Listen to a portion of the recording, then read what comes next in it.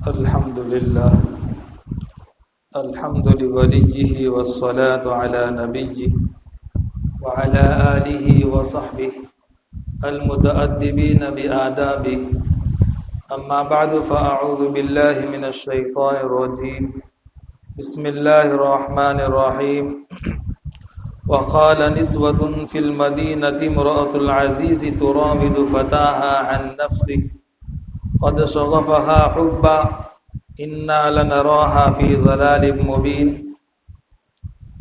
مصر کی عورتوں نے کہا کہ عزیز مصر کی بیوی نے یوسف کو اپنے نفس سے بہلایا پھسلایا یہاں تک کہ وہ اس کی محبت میں فریفتہ ہو گئی۔ یقیناً ہم نے اس کو کھلی گمراہی میں پایا۔ دیکھیے بات چل رہی تھی کہ زلیخا نے حضرت یوسف علیہ السلام کو بری طرح بہکایا اور اپنے فندے میں پھنسانے کی کوشش کی اور ان سے اپنا منہ کالا کرنا چاہا۔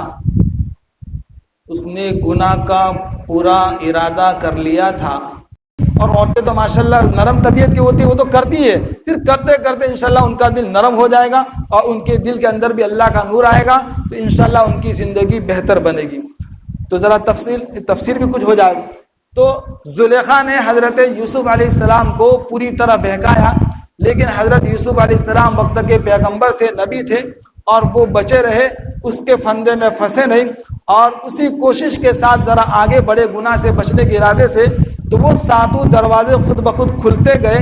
حضرت یوسف علیہ السلام آگے ہیں اور زلیخا پیچھے ہیں۔ کہتے ہیں کہ جیسے ہی دروازے کے باہر نکلے کہ عزیز مصر کو کھڑا پایا تو دونوں رنگے ہاتھ پکڑے گئے۔ عزیز مصر نے دیکھا، اس نے بھی تعجب کیا، زلیخا نے بھی تعجب کیا، اب کیا ہوگا؟ تو زلیخا نے فوراً کہا کہ جو تمہاری بیوی کے ساتھ ایسا معاملہ کرے تمہارا کیا ارادہ ہے؟ اس نے کہا کہ بھئی کون سچا ہے کون جھوٹا ہے یہ سمجھ میں نہیں آتا۔ تو فیصلے کے لیے اللہ تبارک و تعالیٰ نے ایک بچے کو زبان تھی، اسی محل میں تھا، تو اسی بچے نے فیصلہ سنایا جو گزشتہ پرسوں کل تفسیر میں بتلایا تھا، اور اس فیصلے کی وجہ سے عزیز مصر کو یقین ہو گیا کہ واقعتاً یوسف علیہ السلام بے گناہ ہے اور میری گھر والی کیا ہے بھائی گنہگار ہے۔ اب ظاہر بات ہے کہ یہ ساری چرچائیں اور یہ ساری باتیں کہاں ہو رہی تھی بھائی؟ گھر کے اندر ہو رہی تھی، اور یہ باتیں ایسی ہوتی ہے کچھ باتیں کہ جس کی وجہ سے محلے میں بھی کیا ہو جاتی ہے بھائی پھیل جاتی ہے، اور عورتوں کے پیٹ میں بات رہتی نہیں۔ ایک آدمی کہنے لگا کہ مولوی صاحب 4 عورتیں بیٹھی ہے ایک جگہ لیکن چپ چاپ بیٹھی ہے، تو اس حضرت نے کہا کہ سب سے بڑا جھوٹ ہے، 4 عورتیں اور چپ چاپ بیٹھے یہ ہو ہی نہیں سکتا ہے۔ تو اس قسم کا کوئی موضوع عورتوں کے ہاتھ میں آ جاتا ہے تو اس کو پھیلاتی رہتی ہے اور شام تک پورے محلے میں یہ چیز پھیل جاتی ہے۔ اس لیے ہماری عورتوں کو کہے کہ میں کسی کا عیب ہم لوگوں کے سامنے بیان نہ کرے، خاموش رہے، خاموش رہنے سے کبھی نہ پچھتایا، جب بھی پچھتایا اپنے بول سے پچھتایا۔ رسول اللہ صلی اللہ علیہ وسلم ارشاد فرماتے ہیں من سکت سلم ومن سلم نجا، جو خاموش رہا اس نے نجات پائی، من سکت سلامت رہا، اور جو سلامت رہا اس نے نجات پائی۔ اس لیے ہم عادت بنائے کہ کم بولے اور اپنے کام کی چیزیں بولے، ادھر ادھر کی باتیں نہ بولے۔ خیر، تو یہ باتیں ساری باہر چلی گئی اور ساری عورتوں نے پھر چرچائیں شروع کر دی کہ یار عزیز مصر کے یہاں ایک ایسا زبردست معاملہ بنا ہے اور ایسے واقعات بنے ہیں کہ زلیخا تو ایک غلام تک فریفتہ ہو گئی اور ایک غلام کو دل دے بیٹھی اور غلام کی عاشق ہو گئی ہے۔ تو یہ ساری چرچائیں ہوتی رہی پورے محلے میں جگہ جگہ پر۔ پھر اس کی جو خادمہ تھی ان خادمہ میں سے کسی نے کہا کہ زلیخا پورے شہر میں تمہارے نام کی چرچائیں ہو رہی ہے اور تمہاری باتیں ہو رہی ہے اور تم کو لوگ اس قسم کی باتیں کر رہے ہیں تمہارے بارے میں کہ تم بھی عجیب و غریب ہو کہ تم نے ایک غلام کو اپنا دل دے دیا۔ یعنی ان کے کہنے کا مقصد یہ تھا کہ بھئی یہ مالکہ تھی اور گھر کی رانی تھی، ہے نا، تو کہا کہ یہ اس کے لیول کے آدمی سے تعلق کر دی، ایک گھٹیا آدمی سے تعلق کیا، یوں کر کے وہ بات کر رہی ہے۔ اب اندازہ لگائیے کہ ان کے معاشرے میں اس قسم کی برائیاں ہوتی تھی، اس قسم کی برائیوں کی خوب چرچاؤں تھی، ان کا معاشرہ پوری طرح بگڑ چکا تھا، ہے نا، بالکل خراب تھا۔ اس لیے وہ کیا کہہ رہی ہے، ساری عورتیں کیا کر رہی ہیں کہ بھئی عزیز مصر کی جو بیوی ہے اس کا ایک مقام ہے، اس کا ایک مرتبہ ہے، وہ کسی اپنے لیول کے آدمی سے تعلق قائم کرتی اور اسی سے محبت کرتی، لیکن اس نے تو ایک غلام سے محبت کر رہی ہے اور گویا کہ غلام کو اس نے دل دے دیا۔ واقعتاً یہ زلیخا بہت بڑی غلطی میں ہے، اس نے بہت بڑی غلطی کی۔ دیکھیے اللہ تبارک و تعالیٰ نے ہمیں جو مذہب اسلام سے نوازا ہے، کتنا پاکیزہ مذہب ہے، کتنا اللہ تعالیٰ کے نزدیک ان الدین عند اللہ الاسلام، اگر کوئی دین پسندیدہ ہے تو مذہب اسلام ہے۔ وَمَن يَبْتَغِ غَيْرَ الْإِسْلَامِ دِينًا فَلَن يُقْبَلَ مِنْهُ، کہ مذہب اسلام کے علاوہ کسی اور مذہب کو لے کر کے آئیں گے قبول کیا جائے گا نہیں۔ الحمدللہ اللہ تعالیٰ نے ہمیں مذہب عطا فرمایا اور ہمیں علماء عطا فرمائے، مدرسے عطا فرمائے، خانقاہیں عطا فرمائی، تو ان محنتوں کی وجہ سے دعوت و تبلیغ کی محنت عطا فرمائی کہ ان محنتوں کی وجہ سے الحمدللہ ہمارا معاشرہ پاکیزہ ہے اور ہمارا معاشرہ ان تمام بری باتوں سے دور ہے۔ گویا کہ الحمدللہ اللہ تعالیٰ کا شکر ہے، تو اس پر اللہ کا شکر مارے۔ تو اب ہماری شریعت کتنی پاکیزہ ہے، تو کہا کہ کسی غیر محرم سے نکاح کے بغیر تعلق قائم کر سکتا نہیں، نہ مرد سے اور نہ عورت سے، اور نہ کسی غلام سے اور نہ کسی آزاد سے۔ ہر اعتبار سے ہم کو پاک رہنے کو کہا ہے کہ تمہاری گھر کی جو منکوحہ ہے اور تمہاری جو بیوی ہے اسی پر اللہ کا شکر مانو، اسی سے قانع ہو جاؤ۔ کہا کہ بھئی یہی ساری چیزیں ہیں اور عورتوں پر نظر نہ کرو، اپنی نگاہوں کو ان تمام چیزوں سے پاک کرو۔ تو اس قسم کی باتیں پورے مصر کے اندر پھیل گئی۔ تو زلیخا کو پتا چلا تو زلیخا نے بڑے افسوس کا اظہار کیا کہ یار میرا پورا معاملہ تو سب کے سامنے کھل کر کے آ گیا، اب میں کیا کروں؟ تو اب یہ دل کے اندر پلان گھڑ رہی ہے کہ بھئی میں کیا کروں، کیونکہ میں جو پھنسی ہوں وہ حضرت یوسف کی خوبصورتی سے پھنسی ہوں، اور اس کو ایسا خوبصورت اللہ تعالیٰ نے بنایا ہے کہ ہر قسم کی عورتیں پھنس جاوے۔ اس لیے میرا پھنسنا کوئی عیب نہیں ہے، میرا پھنسنا کوئی گناہ نہیں ہے، کیونکہ میں اس کے ظاہر کو دیکھ کر کے دل دے بیٹھی، اور اگر تمام مصر کی عورتوں کو پتہ چلے گا تو وہ عورتیں بھی دل دے بیٹھے گی اور وہ عورتیں بھی ان سے فریفتہ ہو جائے گی، ان کی عاشقہ ہو جائے گی، اس لیے میں کیا کروں؟ تو ساری باتیں اس نے جب سنی تو پھر کہا اپنی تمام مالکہ، اپنی خادمہ سے، نوکرانی سے کہ بھئی اپنا جو پورا ہال ہے بڑا، اس ہال کے اندر دسترخوان سجاؤ اور ہر قسم کے کھانے لاؤ، ہر قسم کے پھل فروٹ کو جمع کرو۔ اب ظاہر بات ہے کہ وہ تو ملکہ تھی، تو ایک حکم سے سارے لوگ خدمت کرتے ہو گئے اور اس ہال کو اچھی طرح سجایا اور اس کو سنوارا، اور اس کے بعد کھانے بھی رکھے گئے، میز ٹیبل کرسی وغیرہ رکھے گئے، ٹیبل پر کھانا رکھا، اور جو بھی عورت آئے گی وہ کرسی میں بیٹھ کر کے کھائے گی۔ اسی کو کہتے ہیں فلما سمعت بمکرہن ارسلت الیہن، جب زلیخا نے ان کی مکاریوں کو سنا، یعنی عورتوں کی باتوں کو سنا، ارسلت الیہن، تو عورتوں کی طرف بلانے کے لیے کسی کو بھیج دیا کہ بھئی عورتوں کو بلا لاؤ، وَأَعْتَدَتْ لَهُنَّ مُتَّكَأً، اور ان کے لیے ایک دسترخوان تیار کیا، وَآتَتْ كُلَّ وَاحِدَةٍ مِّنْهُنَّ سِكِّينًا، اور ان میں سے ہر ایک کو چھری بھی دے دی۔ اب دیکھیے وہاں جب کھانا ہوتا تو کھانے کے اندر پھل فروٹ بھی رکھے جاتے اور ساتھ میں چھریاں بھی رکھی جاتی۔ تو مفسرین یہاں ایک نقطہ لکھتے ہیں کہ وہ اس لیے کرتے تھے، کہا کہ جس کو جو پھل پسند ہو کاٹ کر کے کھائے، پسند نہ ہو اس کو ویسے ہی رہنے دے۔ اور ہمارے ہاں کیا ہے، سارے پھلوں کو کاٹ کر کے دسترخوان پر سجا کر کے لاتے ہیں، اور کھانے والا جس کی جو طبیعت ہوتی ہے وہ کھاتے، اور بقیہ بچے رہتے ہیں اور پھر اس کو پھینکنے میں بگاڑ ہوتا ہے۔ تو ان کے یہاں کیا تھا کہ بھئی جس کو جو پھل پسند ہو وہی کاٹ کر کے کھاوے، دوسرا پھل نہ اٹھائے، اس کو ویسے ہی رہنے دے تاکہ بگاڑ نہ ہو، ہے نا۔ تو اس سے مفسرین نے ایک نقطہ نکالا کہ بھئی یہ طریقہ بڑا اچھا ہے کہ بھئی پھل ہو ساتھ میں چھری بھی رکھ دو، جس کو جو پھل پسند ہوگا وہ کھائے گا۔ تو دسترخوان پر کھانے رکھے اور کھانے شروع کیے، اور پھر پھل کھانے کی باری آئی تو سب تمام عورتیں جو شاہی گھرانے کی تھی، ایسے ویسے گھرانے کی، غریب گھرانے کی عورتیں نہیں تھی کہ جنہوں نے بیچاریوں نے کچھ دیکھا نہیں ہوتا، اور انہوں نے تو سب کچھ دیکھا ہوا ہوتا ہے، ہر طرح کی خوبصورتی کو دیکھا ہوا ہوتا ہے۔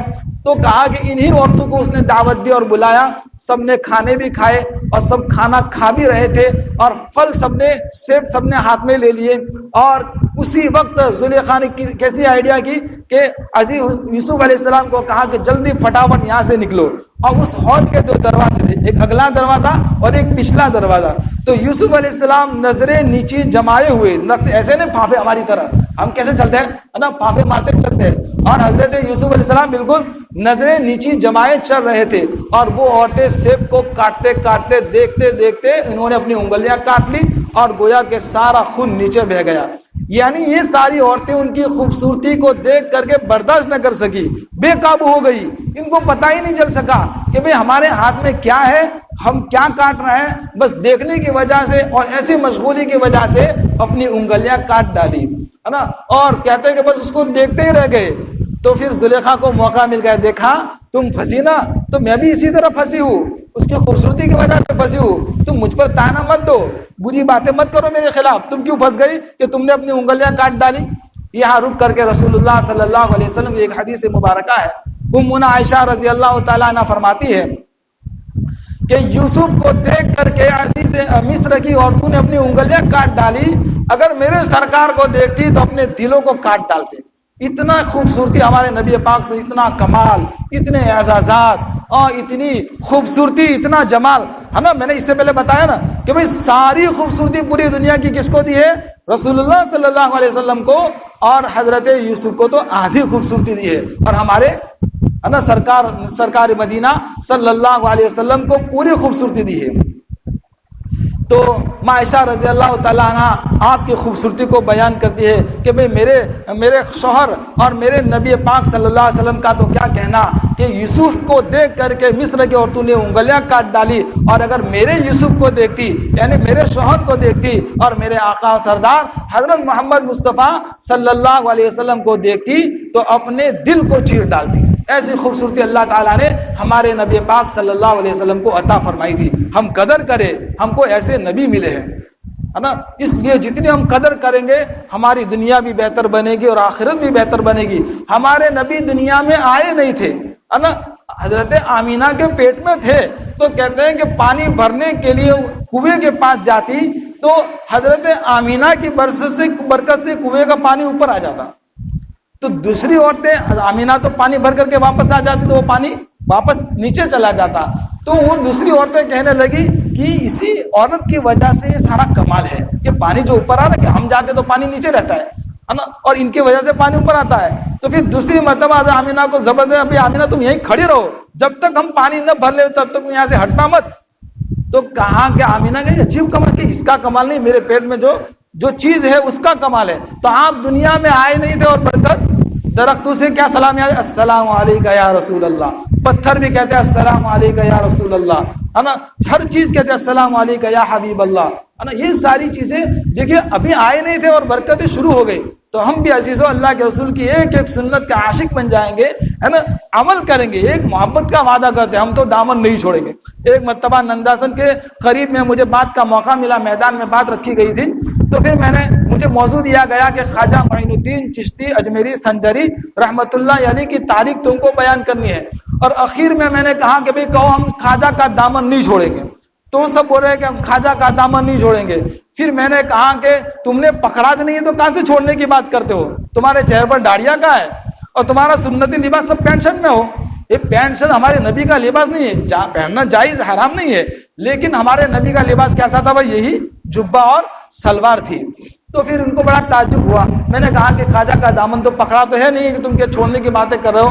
اس لیے خواجہ حضرت خواجہ معین چشتی اجمیری رحمۃ اللہ داڑھی بھی تھی ماشاءاللہ. سنتی لباس اللہ کے رسول کی ایک ایک سنت پر عمل کرتے تھے اور دین کی نسبت پر لوگوں کے پاس جاتے تھے، لوگوں کی خوشامدیں کرتے تھے اور لوگوں کو دین کی باتوں پر لاتے تھے. بھئی ان ساری چیزیں کرو تو تمہاری آخرت بنے گی. تو ہمارے حضرت یہ تمہارے اپنے ان کے پیچھے نہیں چلائیں گے بلکہ اللہ اس کے رسول کے پیچھے چلائیں گے. تم یہ مت سمجھنا کہ بھائی سال بھر میں ایک مرتبہ آئیں گے، یہاں سے راشن لے جائیں گے، تم کو ان کو تعاون کرنا پڑے گا، ایسا نہیں ہے، بلکہ وہ خود تمہارا تعاون کرے گا، خود تمہارا تعاون کرے گا. اس لیے یہ مت سمجھو کہ بھائی یہ جیسے کہ یہاں ایک ماحول بن چکا ہے کہ کوئی پیر صاحب آتے ہیں وہاں سے اس قسم کا ماحول بنا ہے، یہ کوئی فرقہ نہیں ہے، بلکہ یہ تو اپنے پیچھے چلانے کے بجائے اللہ اس کے رسول کے پیچھے آپ کو چلائیں گے تو انشاءاللہ دنیا بھی بہتر بنے گی اور آخرت بھی بہتر بنے گی. پھر اس کے بعد وَقُلْنَا حَاشَ لِلَّهِ مَا هَٰذَا بَشَرًا، تو جتنی بھی عورتیں تھیں انہوں نے کہنا شروع کر دیا سبحان اللہ، یہ تو کوئی انسان نہیں ہے بلکہ یہ تو اللہ کا معزز فرشتہ ہے. ایسی خوبصورتی تو فرشتے کو ہوتی ہے، انسان کو نہیں ہوتی۔ تو تعجب کرنے لگی، تو زلیخا کو موقع مل گیا، تو زلیخا کیا کہتی ہے؟ قالت فذلکن الذی لمتننی فی، یہی تو ہے اور اسی کی وجہ سے تم مجھے ملامت کر رہی تھی۔ مجھے ملامت مت کرو، تم اپنے آپ کو ملامت کرو کہ تم نے میرے خلاف باتیں کی ہے، میرے خلاف بکواس کیا ہے اور میرے خلاف تم نے تانا زنی کی ہے، اس لیے تم ملامت کرو، تم بھی تو ان کی فریفتہ ہو گئی۔ وَلَقَدْ رَاوَدتُّ عَن نَفْسِهِ فَاسْتَعْصَمَ، دیکھیے اس آیت مبارکہ کے اندر کہتے ہیں کہ زلیخا نے اپنے عیب کو لوگوں کے سامنے ظاہر کر دیا، اپنے گناہ کو ثابت کر دیا کہ ہاں میں نے ہی اس کے نفس سے یوسف کو بہکایا تھا، میں نے ہی ورغلایا تھا اور میں ہی گنہگار ہوں۔ فاستعصم، لیکن وہ تو بچا رہا۔ وہ کیا رہا بھائی؟ بچا رہا۔ تو ہم بھی بچے رہیں گے انشاءاللہ، ہے نا؟ واٹس ایپ میں ایسی بدماشیاں نہیں کریں گے بھائی، بولو ہاں، ایسی بدماشیاں کرنے کی نہیں۔ اور غلط فون آ جائے تب بھی ہم کہہ دیں گے بھائی رانگ نمبر ہے، ہم سے کوئی بات نہیں، کوئی بات چیت نہیں، ہے نا؟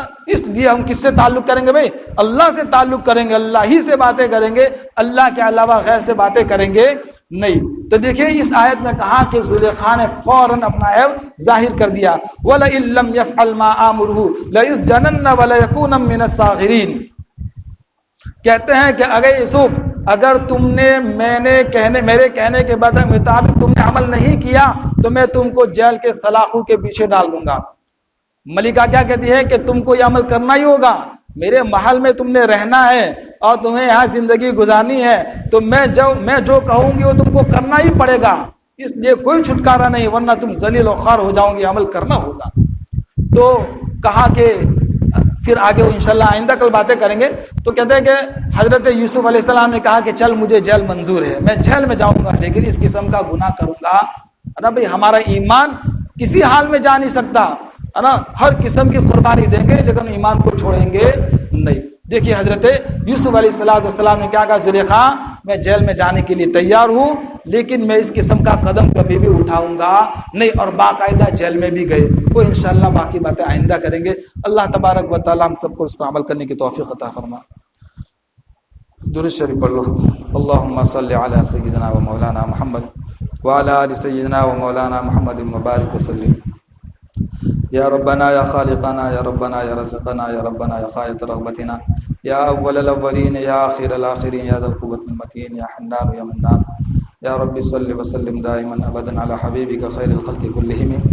اے اللہ ہم سب کی دنیا بنا، اے اللہ ہم سب کی آخرت بنا، اے اللہ ہم سب پر رحم فرما، اے اللہ ہم سب پر کرم فرما، اے اللہ عافیت کا معاملہ فرما، اے اللہ درگزر کا معاملہ فرما، اے اللہ رمضان بالکل ختم ہونے کے قریب ہے، 2 ہی روزے باقی ہے، اے اللہ جو کچھ بھی آپ نے کروایا ہے اپنے فضل سے کروایا ہے، بس اسے قبول فرما لے، اسے قبول فرما لے۔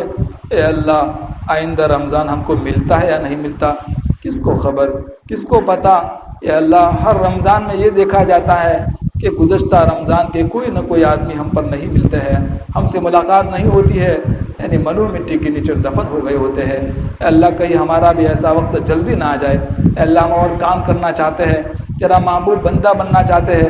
اے اللہ ہم اپنی گناہوں کی معافی چاہتے ہیں، اے اللہ بھی معاف کروانا باقی ہے۔ اے اللہ ہماری عمروں میں برکت عطا فرما، ہمارے بزرگوں کی عمروں میں خوب برکتیں عطا فرما۔ اے اللہ ان کی صحت میں برکت عطا فرما، اے اللہ ان کے علم و عمل میں برکت عطا فرما، اے اللہ ان کے گھرانے میں، ان کے اولادوں میں خوب برکتیں عطا فرما۔ اے اللہ ہم سب کو تیرا محبوب بندہ بنا دے، تیرا پیارا بندہ بنا دے، پیارے نبی پاک صلی اللہ علیہ وسلم کی ایک ایک سنت کا عاشق و دیوانہ بنا دے، ایک ایک سنت پر عمل کرنے والا بنا دے۔ اے اللہ ہمارے حضرت پر جن لوگوں نے بیعت توبہ کی ہے ان سب کو اس پر قائم رہنے کی توفیق عطا فرما، ان سب کی دل کی اصلاح فرما دے، ان سب کو نمازی بنا دے، قرآن کی تلاوت کا شوقین بنا دے۔ اے اللہ تیرے راستے میں جا کر کے دین کی باتیں پہنچانے والا بنا دے، اے اللہ خود عمل کرنے والا بنا دے۔ اے اللہ اپنے مدرسوں میں اور بچوں کو تعلیم کے لیے بھیجے، اس کی غیر سے صورتیں شکلیں پیدا فرما۔ اے اللہ مسلمانوں کے حالات کو بہتر بنا، اے اللہ اچانک کی پریشانی سے مسلمان کی حفاظت فرما، اے اللہ بہتر بنا۔